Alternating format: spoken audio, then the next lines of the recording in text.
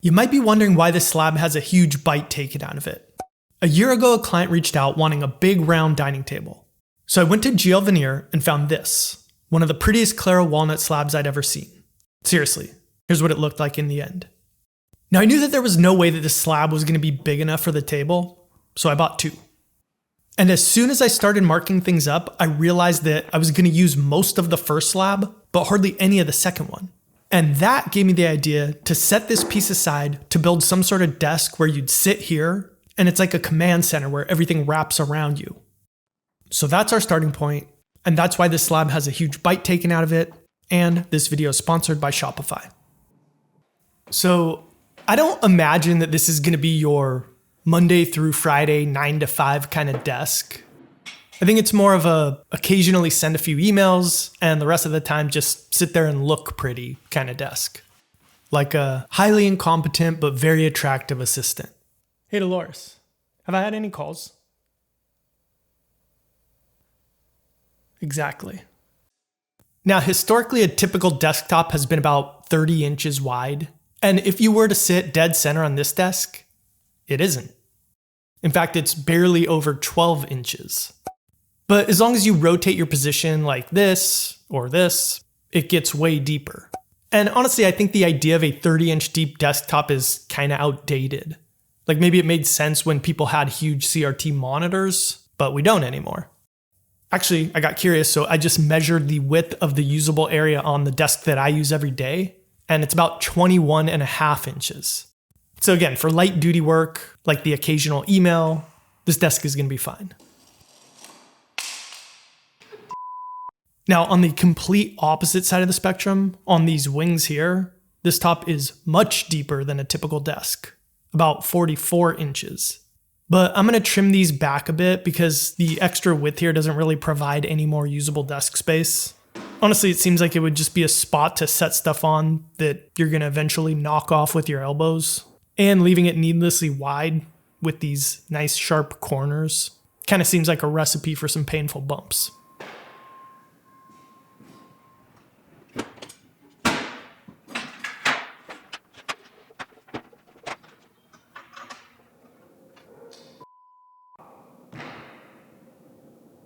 Okay, after I cut these straight edges on the slab, I'm gonna have a few hours of removing bark and cleaning things up ahead of me. And whenever I do this type of stuff that's, kind of time consuming, but doesn't really take a whole lot of thinking, my mind will wander. And here I pondered the age-old philosophical question, at what point does a leftover piece of wood become a scrap? So I looked at a few definitions, and believe it or not, some online conversations that have taken place about this very topic. And for some people, it seems to be personal and kind of relative to what they build. For example, let's say that Chuck here runs a business producing novelty wooden sporks, and they have to be at least 48 inches long and made from one piece of wood. Well, to Chuck, anything shorter than 48 inches might be considered a scrap. But let's say, I don't know, Chris here makes fancy mechanical pencils. I don't know why you would do that. That would be a really weird market to go into. But anyway, to him, a piece might not become a scrap until it was shorter than about 6 inches. These are made from brass, by the way, not wood. Having said that, I wanted to find a more strict definition, and the best that I could find was any leftover wood that remains after cutting parts for a project. So this raises the question, on this particular slab, is this the scrap? Or is this the scrap? I mean, this is clearly the bigger piece, but it's also technically the leftover wood that remains after cutting parts for a project. Honestly, I feel like there's probably a good case to be made for either or neither of the chunks being the scrap. But if we're willing to stretch the truth, even just a little bit, and call this piece a scrap, then I think that this desk might end up being the greatest scrap project of all time. Or at least my greatest. Now, in all seriousness, I don't think that this is a scrap project. I would actually classify this one under what I would call an opportunity project. And what I mean by that is anytime that you see the shape of a piece and it gives you the idea or the opportunity to build a project that you might not have otherwise. And I think that this desk is a perfect example of that, because I can't imagine a situation where I would start with a perfectly intact slab and then think to myself, yeah, I'm just going to cut a huge arc right out of the middle and make a command center desk. Yet when I was faced with that as a starting point, it kind of felt like a no-brainer. It's almost like it designed itself or something. Anyway, that's enough of the philosophical scrap debate. Plus, now we're coming up on the first potential problem that we might run into with this build. I don't know if I'd really call it a problem, but I guess maybe more what I'm thinking about is, so this slab along the edge here, the live edge, it really cuts back in under itself quite a bit. And that means it gets like really thin here on what I'm planning to have be the top side. And I don't want it to, break really easily if somebody's going to bump into it with something or whatever someday. So normally that's not a problem, because take the circle table, for example, that the slab built previously. Typically, the outside, where it's fragile, actually becomes the inside of the table, and then the outside of the table is the inside of the slab. Again, no problem. You get a nice solid corner there, a nice solid edge rather. So that's one of the things I'm thinking about. But then also, I need to pour a bunch of epoxy in this, but there's no good way to really build a form for this kind of shape without totally encasing the side in epoxy, which I don't want to do. So I actually did this on a prior video where I basically just put this drop cloth down and built like a above ground swimming pool. And it worked really well. Like the epoxy doesn't stick to it at all. It's watertight. It's great. But this is a different situation because I don't want any epoxy on the outside. So I think what I'm going to do is just pour some fast curing epoxy to hopefully seal everything up. And then I can pour the deep pour epoxy and hopefully not have it encase the live edge with epoxy, which I don't want to happen. And once we get to that point, then I'll have a better idea of what's going on. Worst case scenario, if that were to happen, or even honestly just to make this a robust edge, I might have to recut the live edge as best as I can, try to kind of follow the natural grain. That way I have a nice 90-degree drop off and I don't have those little fragile bits hanging out. It's not going to look as cool if I do that, because this live edge actually looks really cool from the side. It has all these little nubs that kind of look like alien for lack of a better term. But, if you got to lose the alien, you got to lose them. So we'll try our best to keep them, but no promises. So you saw me pour that first thin layer of the fast setting epoxy, and now this is the next day and I'm mixing up some Total Boat thick set Fathom. And as you might have guessed from that name, one of the upsides here is that you can pour this stuff way thicker and it'll still set. Can you fathom that? But the downside is that it takes way longer to cure, usually about a week or two depending on the time of the year. Now my hunch at this point is that the cracks in this slab are like a maze on the inside. Basically I'm betting that there are way more voids than what you can see just by looking at the surface. And a pretty obvious telltale sign of that is whenever you notice this happening. But that's actually what I'm hoping for in this case, because the alternative is that it's just literally going into one crack and then coming out the other side. But because I don't know for sure one way or the other right now, I'm not just going to keep pouring epoxy. And instead what I'm going to do is stop and then let it set up for about, 48 hours or so. And at this point, it's going to be the consistency of maybe like somewhere between cold fudge and an airhead. But either way thicker than what it would need to be to continue just spilling out. And now based on its current consistency, along with what I can see seeped out from the underside, I'm pretty confident that I can mix up more of the thick set and then top everything off. Now I have no doubt that after this cures and we get everything surfaced and cleaned up, there's definitely going to be a bunch of problem areas that we're going to uncover. But my hope is that this is going to get us like 95% of the way there.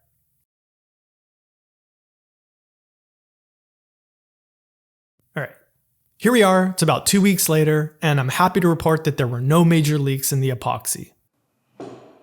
Unfortunately, the same can't be said for the roof in my shop. Thankfully, none of it damaged my equipment though, so I'll take it. Now, the last time that I did this plastic drop sheet form thing, I did a really bad job of showing just how easily it comes off. So I'm going to try to improve upon that here. So, I don't know, does that do it? I think the irony is that it's really difficult to show when the slab comes out easily, but it's very easy to show when it's difficult to get the slab out. That's irony, right? Alanis Morissette, if you're watching this, let me know in the comments. Anyway, this whole plastic sheet thing, I gotta say, this is where it's at. The only downside that I found so far is this. Obviously, we'll still remove all of this stuff, but I would say that if you're in a situation where you need to preserve every millimeter of thickness of your slab, these ripples make it a little bit more difficult. Now on this slab, I happen to have a lot of thickness to play with, so not a concern. But on larger dining tables, that doesn't always tend to be the case, so I don't know, just something to think about.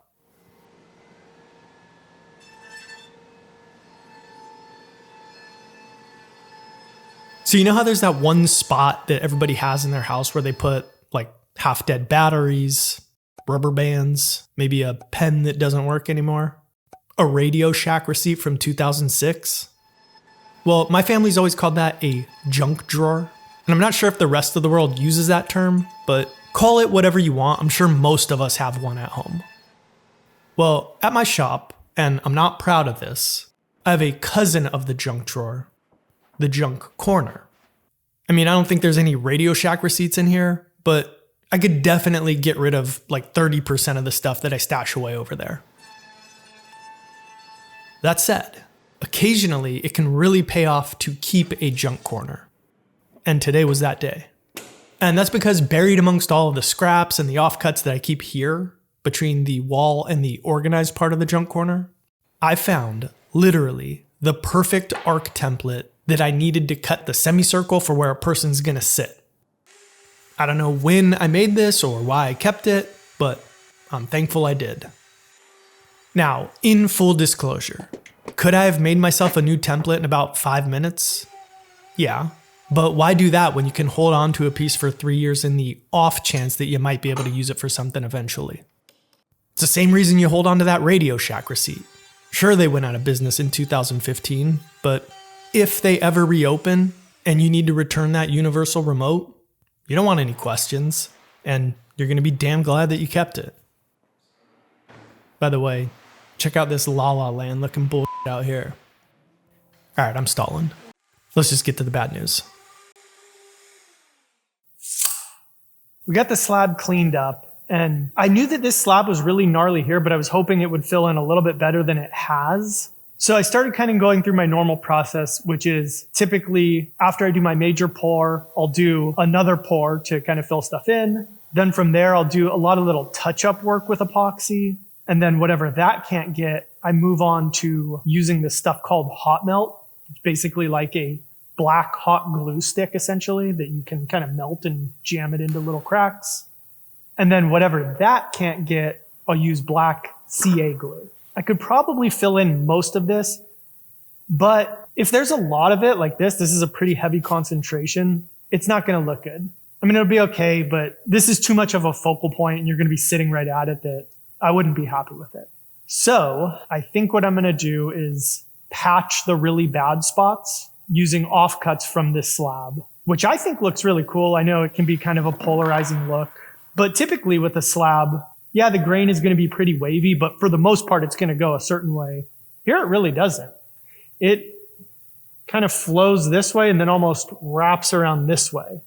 So when I patch these pieces, it's going to be kind of weird to figure out what way the grain is supposed to go to perfectly align so that it looks its best and functionally will hold up well over time. I feel like it's the best solution at this point. You know, I can keep going and put lipstick on a pig, but ultimately, I think it'll be a better piece for it in the end. So let's give it a shot and see how that goes. So I've had to do this patch thing one other time on a project. Well, maybe kind of 1.5 times. But the main time that I did it, the reaction was, I would say polarizing, but slightly negative. Like I'd guess that 60% of the comments that were specifically about the patches were closer to this than they were to this. That said, I think and hope that it's going to be a little bit more positively received this time. Mainly because on that other project, I used a mix of black walnut, Clara walnut, and sapwood for the patches to kind of highlight the fact that they were there, rather than making them more subdued like I'm gonna here. Now on that first table, the reason that I had to do it was kind of similar to the reason that I'm having to do it here, and that was because of some rotten wood. But the other time that I had to sort of do it was on this table where I accidentally cut a huge gouge right into the top, like right at the 11th hour. Now here's what's kind of weird though. That time, when I was completely the one to blame, the comments were mostly positive. And my hunch is that the reason for the different reactions might actually have more to do with psychology than it does with tables. So if we're being completely realistic and, we take exaggeration off the table, I think that both fixes probably are going to slightly lower a person's opinion of the tables. Like if the average review that somebody might give this table with this top was an 8.5 out of 10, then maybe with this top it would be, like an 8.7 or something. But I doubt that many people would realistically say, I absolutely love this table and I hate this one, or vice versa. But I think that the reason that in the comments people skewed towards liking the circle table fix and hating the coffee table fix was that the story of the circle table is guy royally f***ed up at the end of a project and then has to try to redeem himself. Whereas the story with the coffee table was guy has to do a fix on a slab that looks like it was mostly fine to begin with. Or maybe people just felt sorry for me and wanted to be encouraging. So I guess the question with this one is, how will it be received this time? The pessimist in me says negatively because it's like the coffee table where I'm doing patches on a slab that to some people might look like it was fine to begin with. But the optimist in me says positively because like the circle table, it's the story of redemption where I'm going back to something that people didn't really love the first time, but trying to do it better this time. I guess in the end, it's just probably going to come down to how well I actually pull it off. So let's set the top aside for a bit and get to the rest of the desk.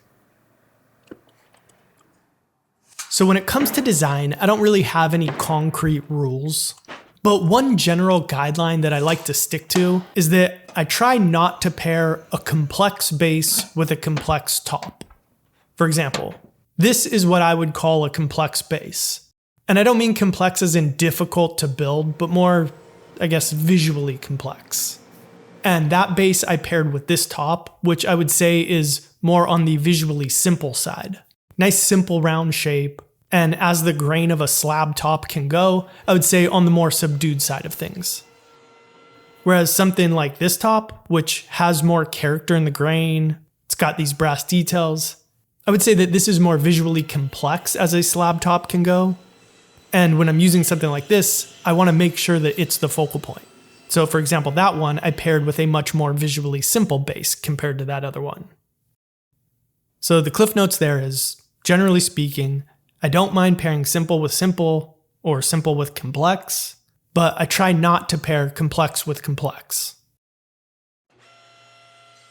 Now, when it comes to desks specifically, I would say that I tend to skew more towards the complex side of things.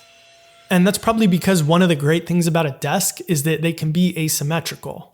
Like with a dining table, 99 times out of 100, you're going to want it to be symmetrical because a bunch of people need to be able to gather around it and it's just going to function better that way. But with a desk, you kind of have like zones. Maybe you sit in the middle and then you got a little storage on one side and you get what I'm saying. And my favorite desks that I've designed have followed that exact formula. Storage on one side, and some kind of crazy leg on the other. So with this one, I want to follow that formula again. And with both of those desks that I just showed, I would call those bases visually complex. And we already know roughly what the top of this desk is going to look like. And again, I would say it's also visually complex. And I just got finished yapping about how I try not to pair complex with complex. So the challenge here is really going to be to just try to restrain myself. And essentially to try to do a more simple or subdued version of one of these kinds of bases. And that doesn't mean that it needs to be boring. It just needs to have a more subtle kind of beauty. Like a Ferrari 288 GTO versus a Lamborghini Countach. Or a Telecaster versus a Flying V. An Eames lounge chair versus this guy's ball chair. Aero Arneo? I don't know. The point is, all of them are beautiful, and no matter which you prefer as a car, chair, or guitar, you're not going to get an argument from me. But I would bet that most of us would agree that the three on the left side have a more subtle kind of beauty, where the three on the right have a more in-your-face kind of beauty. Well, I guess what I'm saying is, if the base on this desk is a Lamborghini, then the one that I'm trying to build here is going to be more like the Ferrari.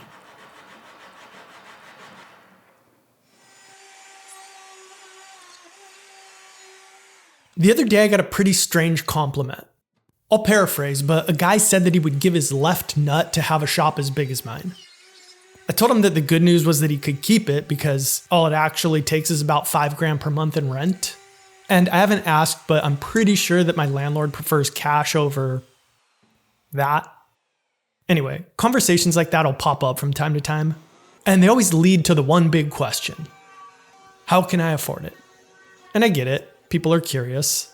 And the truth is, it's thanks to companies like this video's sponsor, Shopify. Most of the money that I make comes from the things that I sell, like the brass chunky mechanical pencil and sample 73 wood finish. And something that I learned quickly was to lean into what you're good at and pay for what you're not. Take brass chunky. I love designing, but I don't know anything about working with metal. So I focused on designing and refining prototypes and let a metal shop handle fabrication. Then when it was time to sell them, I did my research and I chose Shopify.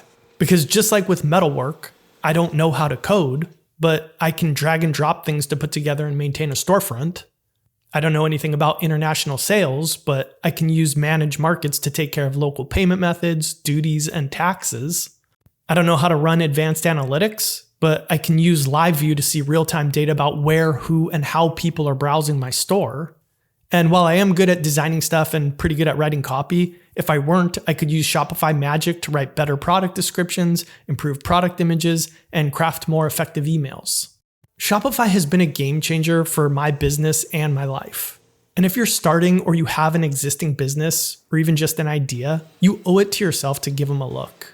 Just go to shopify.com/4eyes where you can start a free trial and learn more about how they can help you grow your business. Thanks, Shopify.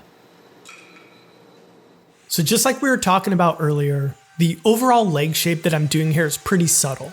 But to give it a little more detail, or just a little something extra that people who really spend time looking at a piece might notice and appreciate, rather than making the shape how I normally would, I made it where the stretcher is kind of integrated into the leg. And I thought about maybe even taking this further and highlighting it by maybe putting like a chamfer on the pieces or something like that. But then I stopped and reminded myself, be subtle. Not every single component needs to be the star. I mean, maybe a team of 5 Michael Jordans would be great, but you can still win a championship with a couple of Judd Bushlers.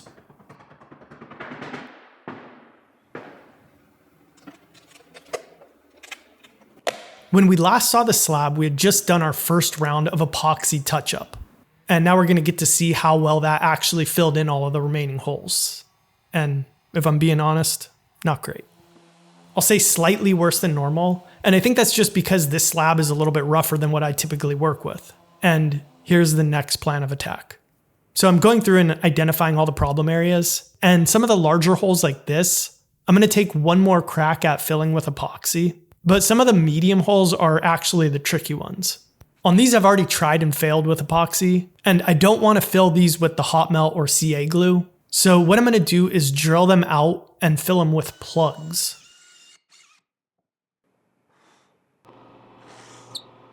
So what I'm going to try to do is use my offcuts to get a variety of colors. In this shot, you can see that I'm cutting plugs from some of the sapwood on the slab. And then once I've made a bunch in various tones, I'm just going to have to go through and fill the lighter spots with lighter plugs and the darker spots with darker plugs.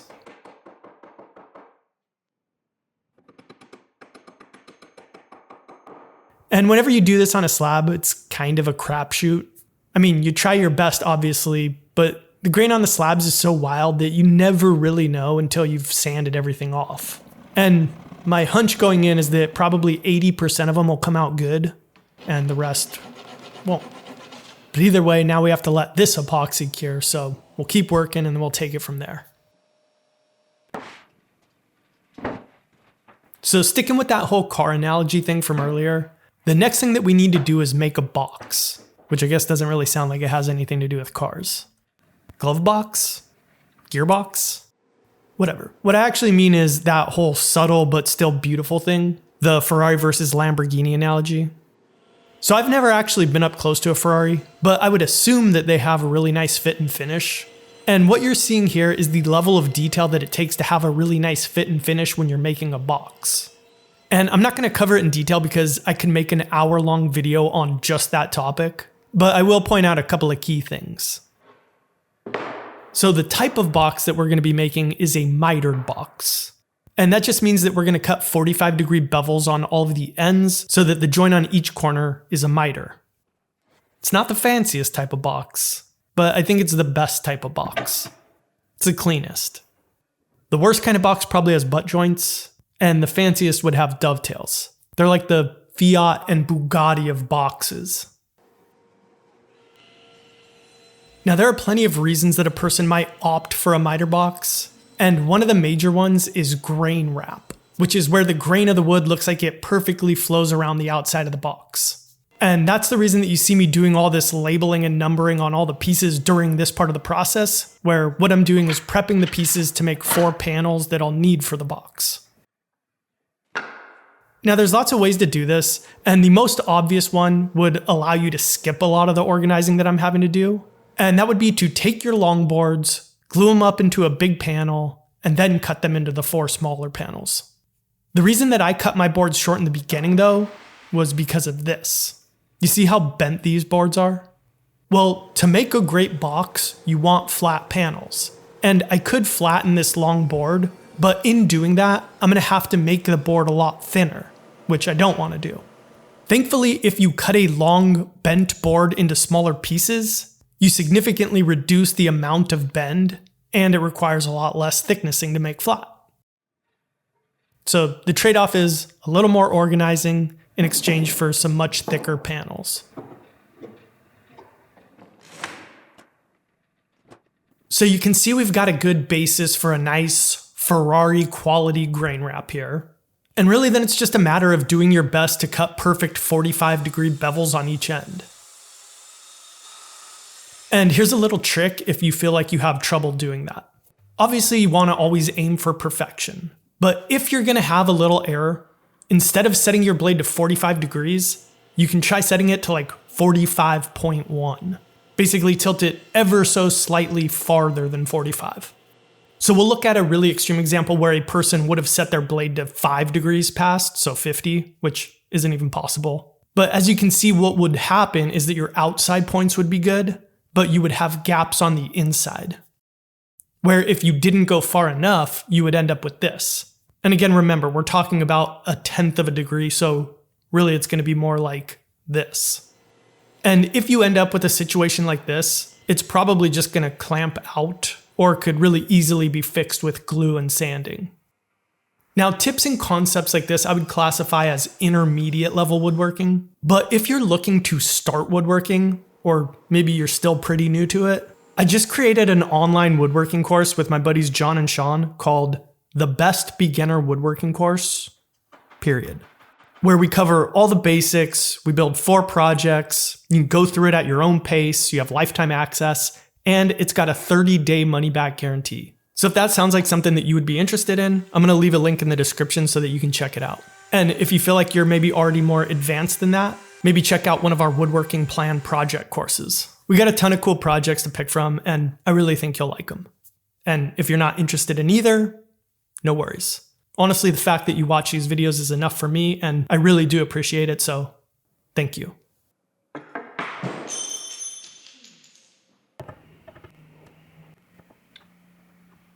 Okay, this slab is officially kicking my ass. I've probably spent like another 20 hours off camera trying to fix this thing. So I think I'm actually gonna switch gears and go through the finishing process on the slab to kind of get a better idea of what it's gonna look like to make sure that I'm gonna be happy with it. So it's gonna be a lot of sanding, a lot of finishing to see what it's gonna look like. Hopefully it'll look better as I get it to that point and I'll be happy with it and we can move on. I guess worst case scenario is I hate it and then I don't know what I'll do. But meanwhile, I got a lot of other components to still finish off, so that's what I'm gonna do.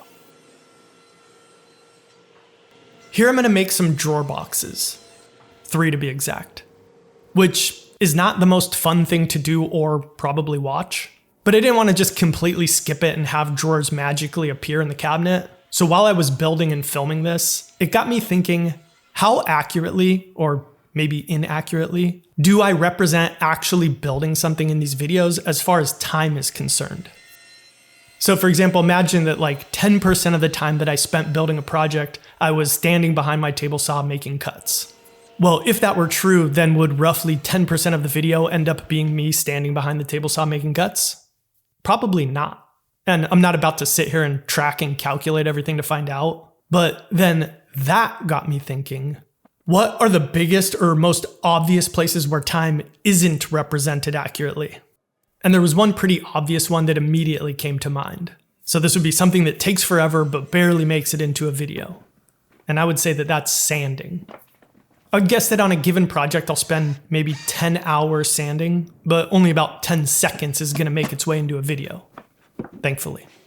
But then when it came to the opposite, so this would be something that doesn't take very long at all, yet gets featured very heavily in a video, that was a little tougher. It took me a minute to think of something, but I think I got a good one. Pouring epoxy. I just went back and looked, and there are 57 seconds of me pouring epoxy in this video, and I probably spent about 10 minutes of real time pouring epoxy. So basically, 1/10 of the time that I spent pouring epoxy is represented in the video, where about 1/3600th of the time that I spent sanding is represented in this video. By the way, this dramatic lighting isn't me trying to look cool. There's an hour each afternoon where the sun comes blindingly flooding into my shop right at the table saw, so the looking cool is just a byproduct.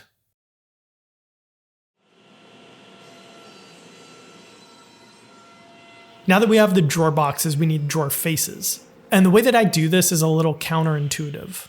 So you would think that the best way to do this would be to take a board, cut your 3 drawer faces to size, and attach them. And it kind of looks like that's what I'm about to do here, but it's not. The better way to do it is to make a panel that's slightly larger than the entire opening of your cabinet, and then split that into your faces. And there's 3 reasons. First is that whenever I'm making drawer faces, almost every time at least one of them is going to be wider than the plank of wood that I'm using. For example, on this box, the bottom drawer face is going to be about 9 inches wide, but my board is only about 8 inches. So making a panel isn't really going to take me any extra time because no matter what, I'm going to need to glue something together and wait for it to dry. Then the second reason is because if I'm doing that, the top and middle drawer would probably look good, but the bottom one is probably going to look a little goofy because it's going to look like a narrow strip attached to a wide panel. Now, one way around this would be to make that 9-inch panel out of 2 pieces that are about 4.5 inches wide. But even if you do that, making a big panel and then splitting it into your 3 drawer faces after is going to do a better job of blending the transition from one drawer face to the next. And the third and biggest reason, and this is where it's going to sound counterintuitive, is that it's actually easier to do it this way. And to understand why, it's probably helpful to look at an extreme example. So imagine that you were building a box shaped like this. Well, if you do it the panel way, you would make your oversized panel, mimic the opening, and then rip the individual faces to 7.5 inches wide, and you would get nice gaps. But if you tried doing it out of individual boards, you'd still have to nail whatever angle this is, but you're also going to end up having to cut 3 pieces to very specific lengths to get nice consistent gaps, which is easier said than done. Long story short, you're basically just removing a bunch of human error by doing it the panel way. Now, I build a fair amount of cabinets that are irregular shaped like this, but even if you only build quote unquote square cabinets, there's plenty of times that those square cabinets come out slightly unsquare. And they're usually going to be close enough that the human eye doesn't notice that it's out of square unless you have inconsistent gaps. Then it becomes really obvious. Like, look at this box. it's probably pretty difficult to tell that it's a 1/16 of an inch out of square. But if all of your gaps are consistent, except for one of them that's a 1/16 of an inch off, it's pretty obvious.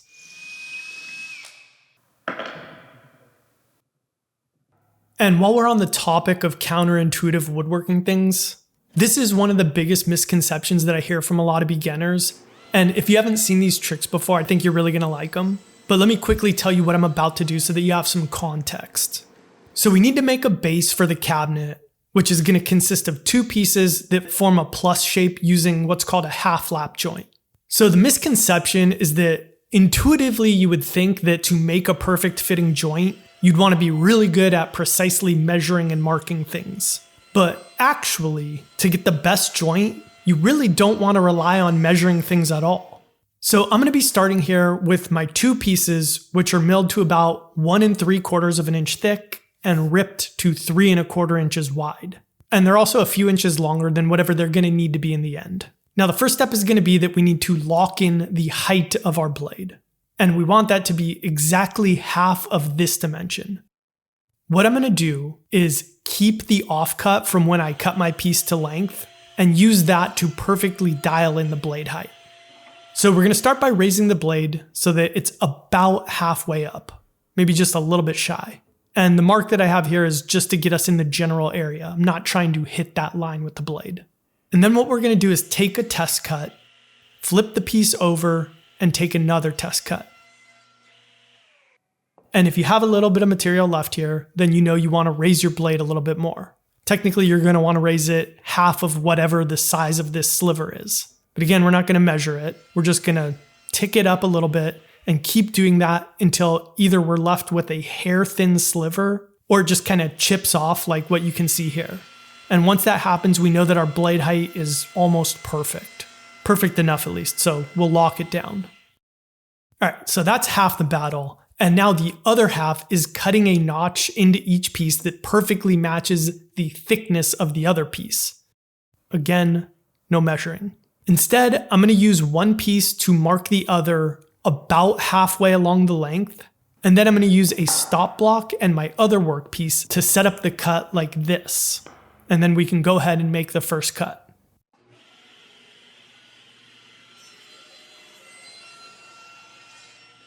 After doing that, I can remove this workpiece and slide over the piece that I'm cutting to make the second cut.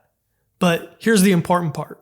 If I made the cut now, it's going to be too wide by exactly the thickness of my blade, which happens to be 1/8 of an inch. So I made this little shim that I keep handy by my table saw that said an 1/8 inch drill bit would also work. But either way, I'm going to insert that between my stop block and the piece that I'm cutting, and now it's going to be perfectly sized. Then from there, I can just clear out the material in between. So once I've done this on the first piece to make the first half lap, I can just repeat this exact process on the other one, and they should perfectly mate together. Now, if you're brand new to all this, I get that it might sound a lot more complicated than just measuring and dividing by 2, setting things to those dimensions, and then cutting. But I bet if you watch this part 1 or 2 more times, it'll make total sense. Now, the only part I will measure and mark and then cut to the line is to hit the final length dimension. And this is why I had left them long initially. We know that wherever we cut the half laps is going to be the center of the joint. So if I just measure and mark out the same on all 4 cuts, that will remain the center. And it's just a lot easier to do it that way rather than cutting things to length beforehand and then having to try to make that half lap end up in what already is the center of the workpiece. Okay, we're on the home stretch. At this point, all of the major components are made, and the last thing that I need to think about is how I'm going to assemble everything. And with a piece like this, it's important that it can go together and come apart easily so that you can move it. So for the leg, if I wanted to keep it as simple as possible, I could do some attachments that go up through the bottom stretcher and into the top. But I'm going to make these perpendicular attachment pieces that I think look nicer and will also spread the distance over which the leg is attached to the top.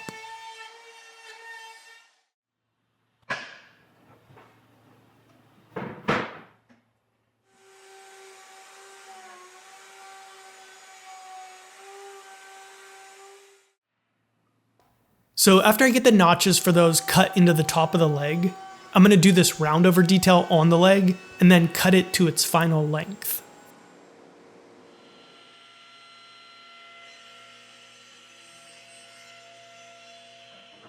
And for the attachment pieces, I'm going to do a similar round over on the underside to make them match. And also because the notches have that same radius cut into them, I have to do it or they wouldn't physically fit.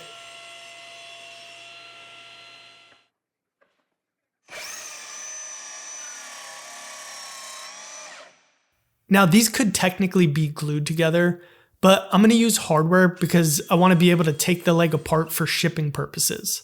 I'm afraid that if it gets shipped like this, these pieces are kind of fragile, and if something gets bumped, it could break, so I just don't want to chance it.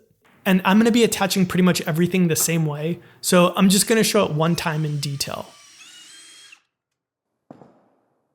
So for these specifically, the leg is going to get some threaded inserts installed into each joint.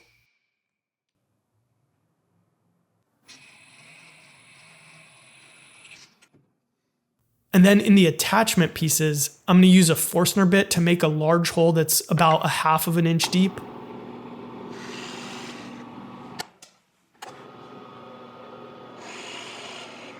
And then I'm going to drill some smaller holes that go all the way through. That way I can attach everything with a bolt and washer.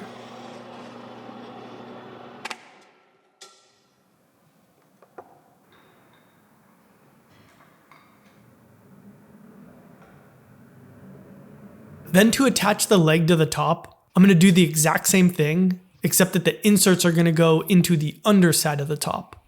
And because the holes in the attachment pieces are slightly oversized, this is going to allow the top to expand and contract without breaking anything apart.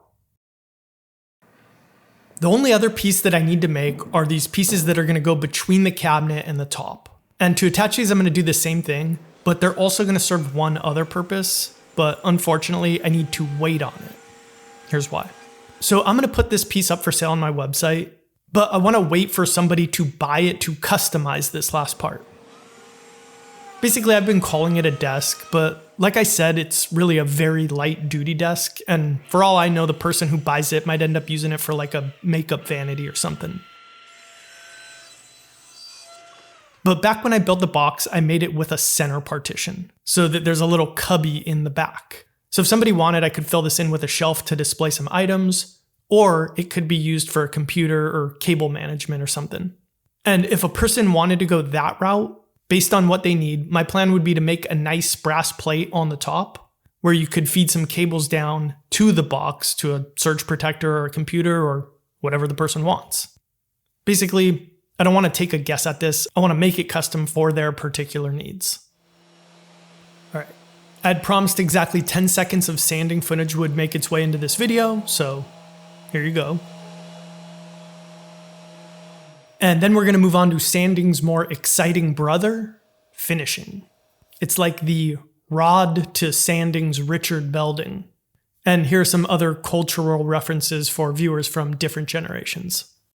Anyhow, I'm going to be using sample 73 wood finish, which is obviously my favorite finish out there for a couple of reasons. First is because it's about as foolproof as a finish can be. Wipe it on, let it sit for 10 to 15 minutes, and then wipe off the excess. Second, super low VOC, and honestly I would say a very subtle and kind of pleasant smell, which was actually really important on this project because of the leaky roof and all the rain we've been having. I had to store these pieces in my office after I finished them, so being in a small room with something that smelled chemically would have been a problem. And most important, the protection, look, and feel meets or exceeds anything else that I've used. Even with just one coat, which is what I'm putting on all of these pieces except for the top, it's got a great natural feel with a deep luster, and you can see in this quick little comparison how much it prevents liquids from being able to penetrate. Now, like I said, I'm going to put a second coat on the top, and you can kind of see my process here, but I think in the near future, I'm actually going to make a free complete finishing guide, just because it's something that I almost always gloss over in these videos, and it's something that people ask about a lot. So I'd love to have a place to direct those questions. Now, I wouldn't hold your breath, but I'd say sometime this year I'll get that done. I promise. And if you're watching this in like a year from now, then maybe it's already out, and I'll put a link to it in the description. And I'll also put a link to sample 73 finish. So check it out. All right. So like I said earlier, this one definitely gave me some troubles. Probably the most difficult slab that I've ever worked with. That said, given the situation, I think I salvaged it. So I think one of the things that made it so difficult was the insane color and grain variety. For example, compare it to this top and just how much more consistent the grain and color are. I think patching a piece like that would be way easier. Now, in terms of the patches themselves, I think I definitely improved over my first time, but I don't think that I'm there yet. So my honest opinion on the top is I'd give myself like a B-. Here's the thing though. If I zoom out and focus on the entire desk rather than just the parts of the top that I wish would have been different, this desk is awesome. I love the way that it came out. I think it's the perfect mix of attention grabbing and subtle all at the same time, which is exactly what I was going for. And I've noticed that when other people see it in person, their focus is way different than mine is. They notice the overall shape, the leg and cabinet details, the arc, and then eventually they get around to the patches. They exist, but they don't define the piece. And I think that that's a good reminder that you shouldn't judge things based on their worst qualities. And that doesn't mean that you ignore them, but factor them in proportionately. When we reflect on Michael Jordan as a professional athlete, will we mostly focus on the one mediocre season of AA baseball? Or will we mostly focus on the 6 championships he won during his 15 years playing basketball? Probably the basketball, right? Unless you're me, apparently. Then Michael Jordan is, and always will be, a Birmingham Baron. Thanks for watching, and I'll see you in the next one.